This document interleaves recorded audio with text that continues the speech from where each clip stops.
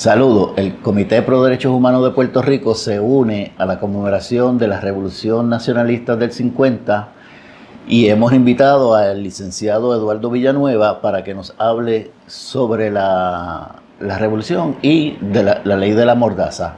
Con ustedes, Eduardo Villanueva. Un saludo a los compatriotas que escuchan este acto en el día de hoy.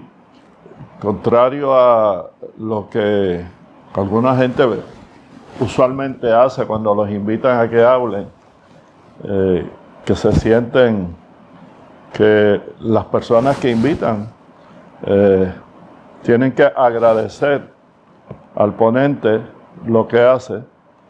En mi caso, yo siempre he señalado que es al contrario, que quien tiene que dar las gracias porque lo inviten a que hable de una cosa tan seria como es la historia del nacionalismo en Puerto Rico y de los protagonismos de los eventos heroicos del nacionalismo en Puerto Rico. Esa persona es quien tiene que dar las gracias porque se haya pensado en él o en ella para que hable de eso. Porque no existe realmente palabras para poder describir el significado histórico de lo que hizo el nacionalismo en el siglo pasado para que todavía Puerto Rico exista como nación. Y a mí me han pedido que hable sobre la ley de la mordaza y los efectos de la ley de la mordaza en Puerto Rico y cómo era la época en ese tiempo.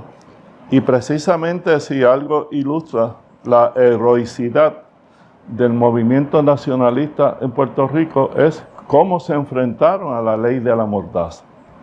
Y para eso pues tendríamos que dar una breve explicación histórica. Supongo que los que escuchan esto saben que en la década anterior al 40, en la década del 30, don Pedro Albizu Campos resultó ser electo presidente del Partido Nacionalista en Puerto Rico, que hasta ese momento era un partido fundamentalmente conservador.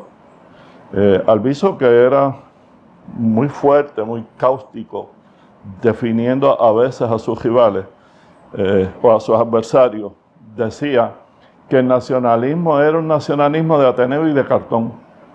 Yo lo que quería decir era que básicamente se destacaba por celebrar efemérides, por hablar de los próceres, por hablar de la historia, pero no era un movimiento político jetante del sistema existente en Puerto Rico. Y él transformó al partido y él lo convirtió en un partido de no cooperación con el régimen y de desobediencia al régimen.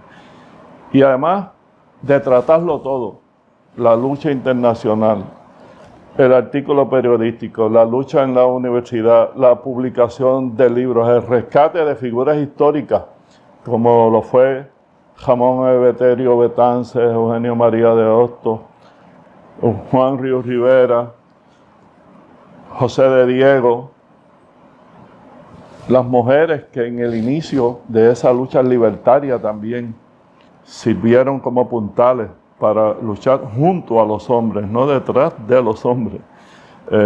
Albizu las rescató del olvido y además le dio una participación fundamental en su estrategia de liberación y de enfrentamiento con el régimen norteamericano en Puerto Rico. Y por eso Juanita Ojeda, y por eso Blanca Canales, y por eso Carmín Pérez, y por eso Ruth Reynolds, tuvieron los roles protagónicos que tuvieron, y Lolita Lebrón en el ataque al Congreso, porque Albizu equiparaba a la mujer con la patria. Decía que la patria era como la madre de todos nosotros y que la mujer era representativa de la madre y que en el vientre de la mujer era que se inseminaban y se desarrollaban los patriotas que necesitaba el país para preservar la nación y para conseguir su independencia. Así que por esa prédica y por la idea de hacer una convención constituyente para obtener la república para Puerto Rico y por el desafío frontal después de lo que ocurrió en la masacre de Río Piedras, que se recuerda recientemente, Albizu es acusado de conspiración sediciosa y en un segundo juicio con un jurado amañado escogido por Cecil Snyder y por el gobernador Landon Winship, encarcelan a Albizu y a casi toda la dirección del Partido Nacionalista, menos Juan Juárez, que se exiló, pero eso descabezó prácticamente al movimiento independentista. Recuerden que en esa década del 30 todavía no existía el Partido Independentista Puertorriqueño y que el partido que hablaba de independencia fue el Partido Popular cuando se fundó en el 38. Y hubo un desgajamiento de ese Partido Popular para entonces en el 46 fundar el PIB, pero hasta ese momento la prédica del Partido Popular era que la independencia estaba a la vuelta de la esquina. Cuando Albizu desafía abiertamente al régimen y lo encarcelan, pues ese tiempo que Albizu estuvo en la cárcel, del 35, 36, que después cuando lo trasladan a Atlanta, hasta el 47, que él no está en Atlanta hasta el 47, él está en Atlanta hasta el 44, y sale de la cárcel al Hospital Columbus en Nueva York a recuperar su salud, pero además por razones estratégicas, porque Albizu decía que como lo escarcelaron con condiciones, él sabía que el FBI lo iba a perseguir y podía fabricarle una violación a las condiciones para que no tuvieran excusa. Él estaba en el cuarto de un hospital y convirtió ese cuarto del hospital en los cuarteles generales del Partido Nacionalista. Y está allí hasta el 47. En el 47, diciembre, él regresa a Puerto Rico. Ya estaba fundada el Partido Popular, ya estaba Operación Manos a la Obra, ya Muñoz Marín y los principales dirigentes del Partido Popular, entiéndase Jaime Benítez, entiéndase Samuel R. Quiñones, Ramos Antonini, toda esa gente habían renunciado a su ideal independentista y habían acogido la prédica de Muñoz de que el estatus no está en issue, que lo que había que hacer era enfatizar en la rehabilitación socioeconómica de Puerto Rico. Albizu viene a desafiar todo eso. Se había nombrado el primer gobernador puertorriqueño, pero no por elección, Jesús T. Piñeiro. Jaime Benítez era quien era gestor en la Universidad de Puerto Rico, y Albizu dice, cuando llega al país, yo no soy un artista, yo no vengo aquí a actuar ni a cantar, yo vengo aquí a hacer la independencia de Puerto Rico. Si hubiera nacido en un país libre, a lo mejor sería un artista. Lo decía, yo creo, con plena conciencia de su gusto por las artes. Dicen que Albizu sabía tocar piano, sabía música clásica y tenía una afición muy particular por el aspecto cultural de la interpretación musical. Pero él era un revolucionario, antiimperialista y anticolonial. Y él viene a retomar su lucha de enfrentar al régimen, sabiendo, yo creo, por lo que hemos podido leer de sus discursos escritos, de sus artículos en el periódico La Razón, en el periódico El Imparcial, en el periódico El Mundo, sabiendo que la lucha era ya muy desigual, porque él sabía que Muñoz Marín y el Partido Popular tenían todo el apoyo del imperio para hacer inversiones económicas que transformaran materialmente a Puerto Rico, pero además para reprimir el movimiento independentista y nacionalista. Y de ahí nace la ley de la mordaza. Albizu, una de las primeras cosas que hace es denunciar lo que él llamó la vivisección de Puerto Rico en Vieques, porque Vieques es parte de Puerto Rico, es un pueblo de Puerto Rico, y la Marina tenía interés en ocupar 3/4 partes del territorio de Vieques para hacer sus prácticas de tiro y para convertir a Vieques en un enclave militar. Y Albizu viene y denuncia eso. Y desde ese entonces, el Departamento del Interior, el Departamento de Guerra, clasifica a Albizu como un enemigo público número 1 para los intereses de los Estados Unidos en Puerto Rico. Y cuando digo Albizu es al Partido Nacionalista también, a toda la dirección del partido y a los cadetes de la República. Pero él lo hace abiertamente y entonces a Muñoz lo llaman a capítulo y le dicen, y esto está publicado en los libros y está publicado en los récords históricos, no soy yo diciéndolo subjetivamente, lo citan a Estados Unidos y le dicen, Sabemos que usted no apoya el movimiento independentista y confiamos en su fidelidad con los Estados Unidos y con el gobierno de los Estados Unidos. Pero nosotros necesitamos que usted sea fuerte con el nacionalismo, que usted actúe de una manera que no les permita a ellos intervenir con los intereses de los Estados Unidos en Puerto Rico. Nosotros tenemos lo que se llama la Ley Smith, que fue una ley que nació bajo la época del macartismo y el anticomunismo, porque después de la Segunda Guerra Mundial, Rusia fue convirtiendo varios países del este europeo en países comunistas. Y se desarrolló un gran movimiento anticomunista en Estados Unidos, encabezado principalmente por el senador McCarthy.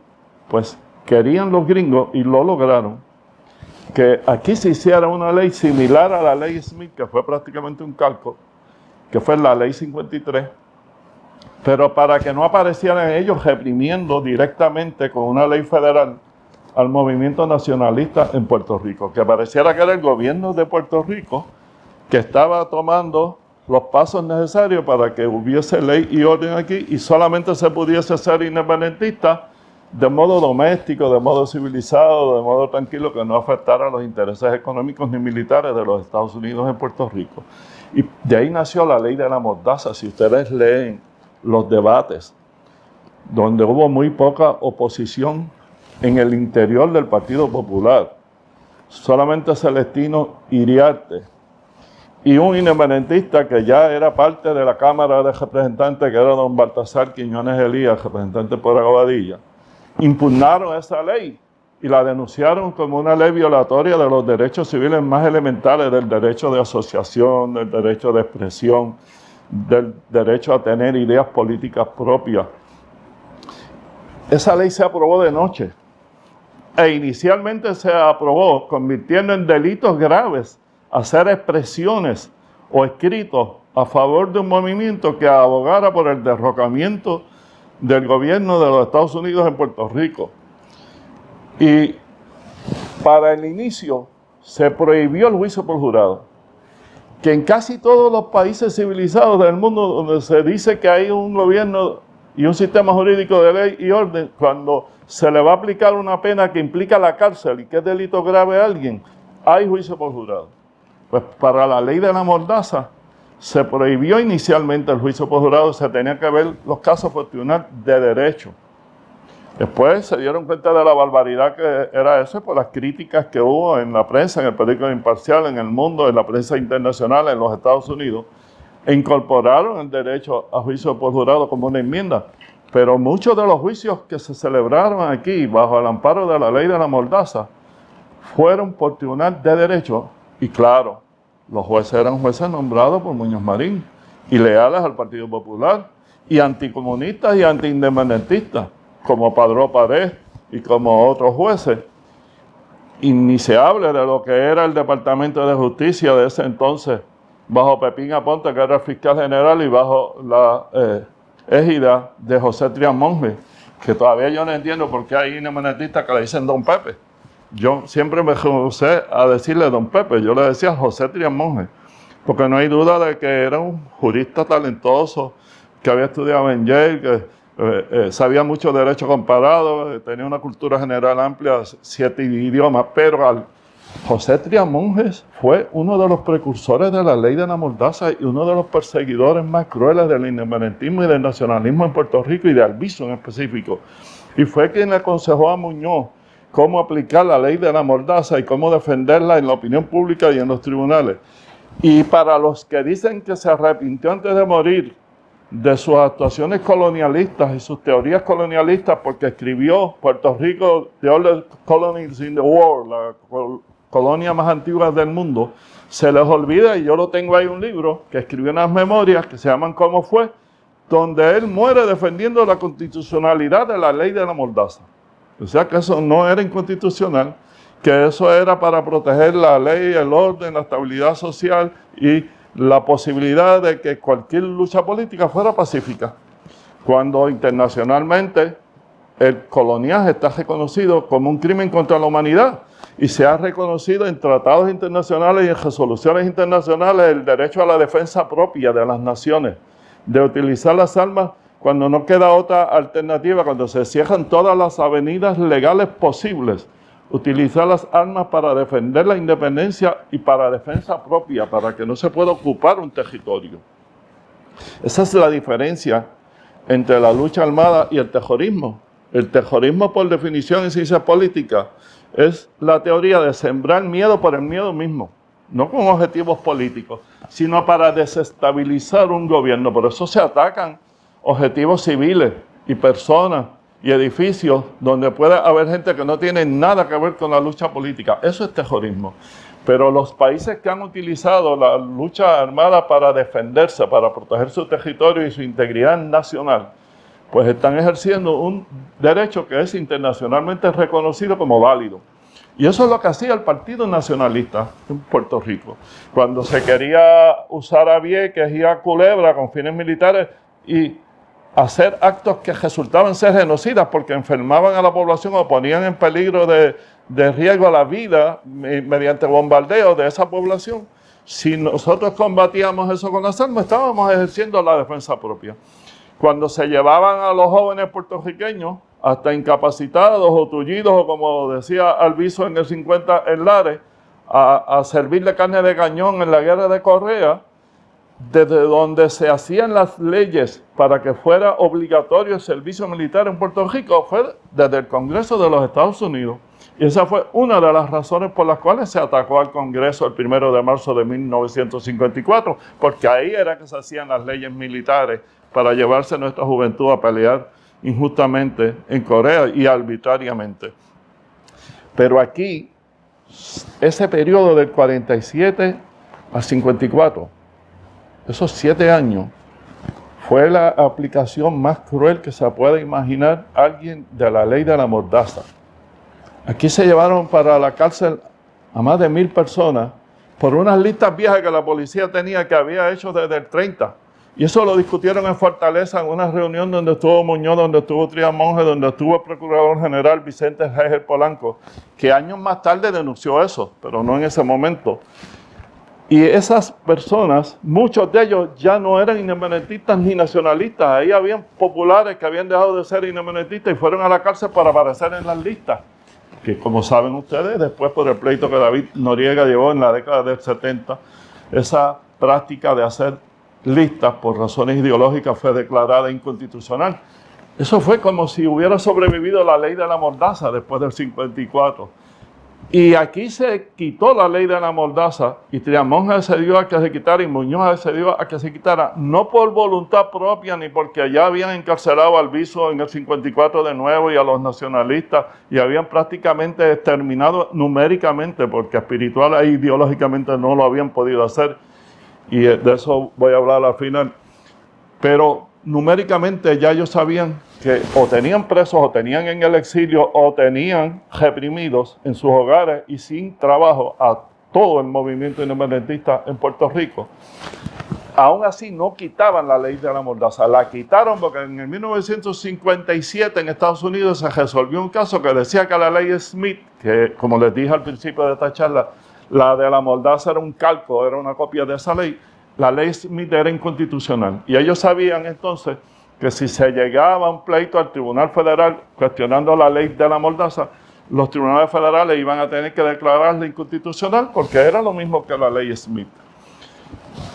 Uno de los pilares durante esa época de persecución, de defensa a favor de los independentistas y de los nacionalistas, además de abogados independentistas como Hernández Vallés y como Francisco Hernández Vargas, que es natural que defendieran a los nacionalistas, y de hecho Hernández Vallés fue a la cárcel por ser abogado, bajo los criterios de la ley de la mordaza, fue a la cárcel por defender a los independentistas, pero uno de los adalides de esa defensa fue Santos P. Amadeo, que era republicano, era estadista. Por eso yo he dicho en muchos discursos y en muchos escritos que el independentismo puertorriqueño, que el pueblo puertorriqueño, que los compatriotas, hombres y mujeres puertorriqueños, nunca podemos prescindir de la posibilidad de que ante una injusticia o un abuso contra el pueblo de Puerto Rico o contra un puertorriqueño o una puertorriqueña, un estadista o un estadolibrista surja de la nada, sorpresivamente, y se oponga. Y esté dispuesto primero a defender a Puerto Rico que a los intereses de los Estados Unidos por razones políticas.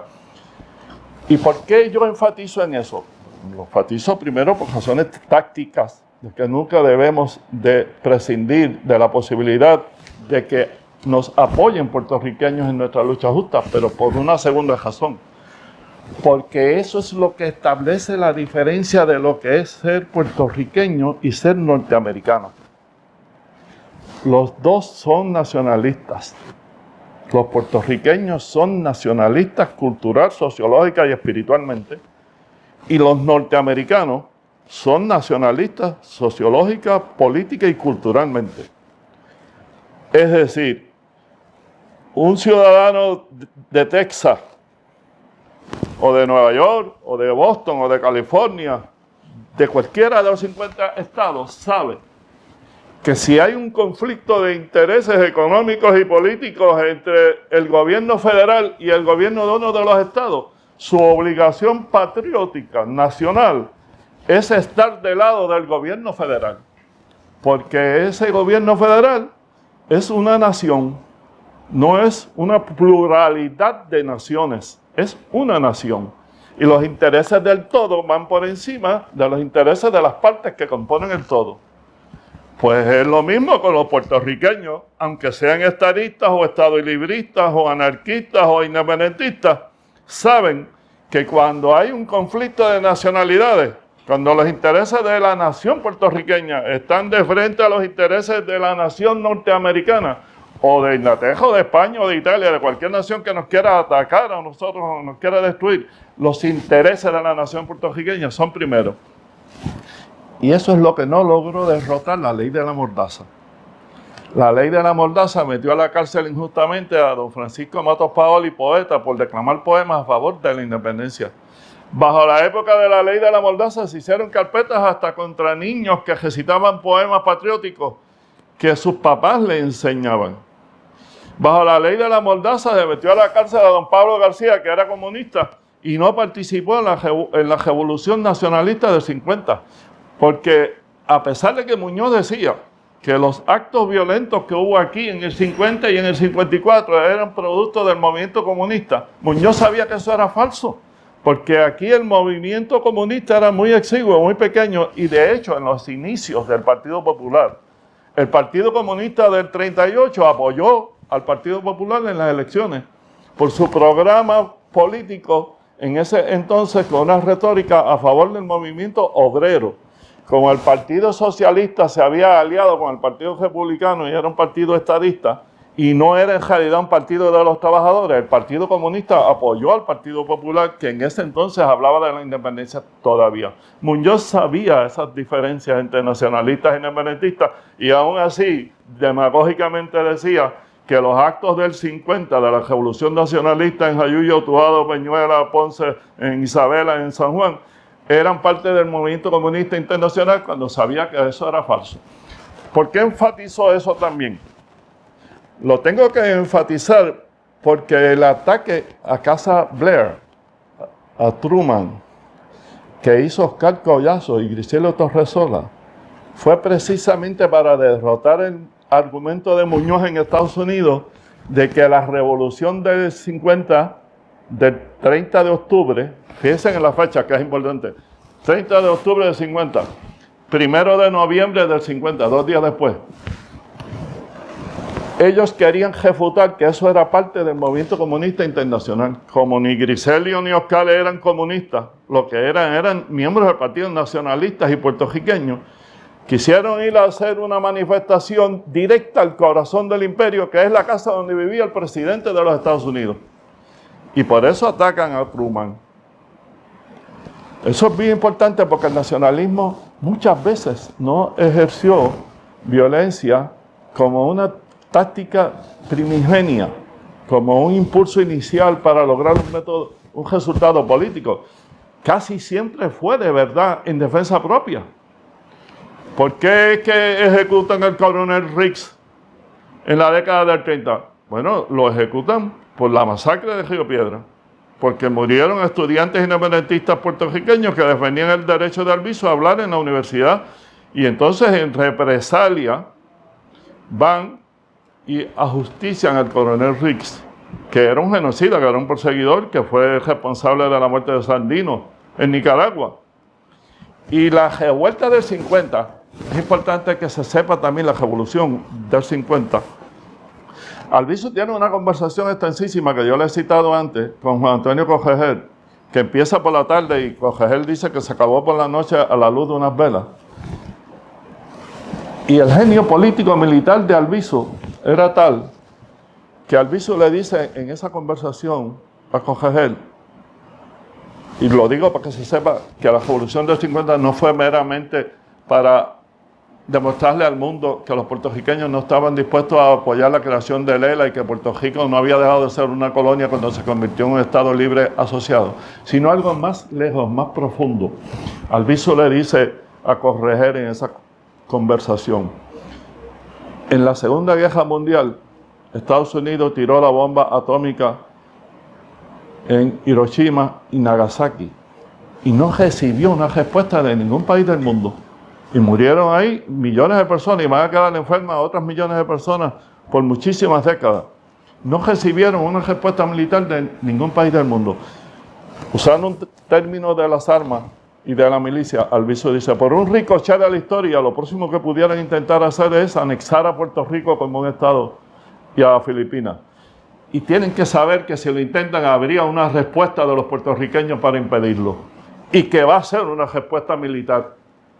Y por eso es que él empieza a urdir la idea de la revolución nacionalista del 50. Fíjense que el 50 es antes del 52 que cuando se aprueba el ELA.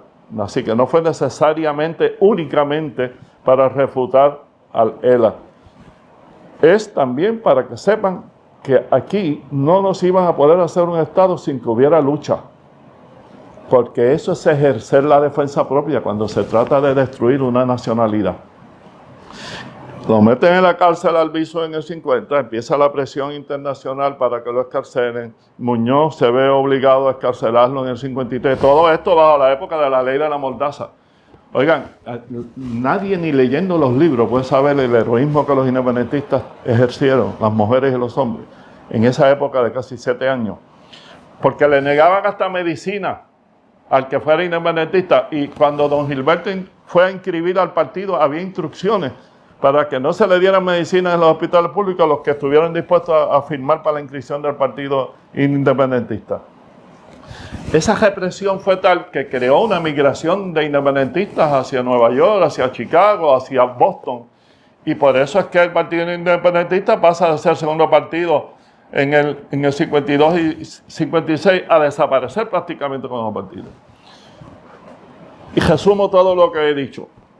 Después de esos 7 años crueles y después de toda la represión posterior en la década de 60, 70, 80, 90, estamos en el año 2021, hay un independentismo vigoroso en Puerto Rico. El Partido Nuevo Progresista, que persigue la estadidad, no se atreve a decir que cuando seamos Estado, nuestra lealtad va a tener que ser principalmente con la nación norteamericana y con la federación. No existe un estadista que se atreva a decir eso. Todos ellos dicen que cuando haya que defender a Puerto Rico por una medida discriminatoria de legislación congresional, ellos estarían dispuestos a hacerlo. Y de hecho lo están haciendo ahora. Bajo la aplicación de la Junta de Control, ustedes ven a estadistas oponiéndose a medidas que atentan contra la ley de retiro, contra la Universidad de Puerto Rico, contra los derechos adquiridos de los trabajadores. Y son los intereses de Puerto Rico primero que los intereses de la nación norteamericana. Ese fue el gran triunfo de Pedro Albizu Campos del nacionalismo, del independentismo puertorriqueño, en aquel entonces encabezado por Gilberto Concepción de Gracia, y luego como sucesores suyos por Juan Maribraz, por Rubén Berrío y por todos los que han estado en los movimientos independentistas. Es el de defender el derecho de Puerto Rico a existir como una nación sociológicamente diferenciable, con derecho a estar en el Concierto de Naciones del Mundo, y después de toda esa represión tan brutal y toda esa persecución y todo ese discrimen, en el año 2021 estamos celebrando la revolución nacionalista y estamos afirmando que hoy, mañana y para siempre, cuando haya un puertorriqueño o una puertorriqueña decente y de buena voluntad, los intereses de la nación puertorriqueña van a ser primero. Eso es lo que yo creo que nos dejaron como legado histórico, moral y sociológico y político los independentistas que heroicamente enfrentaron y vencieron la ley de la mordaza.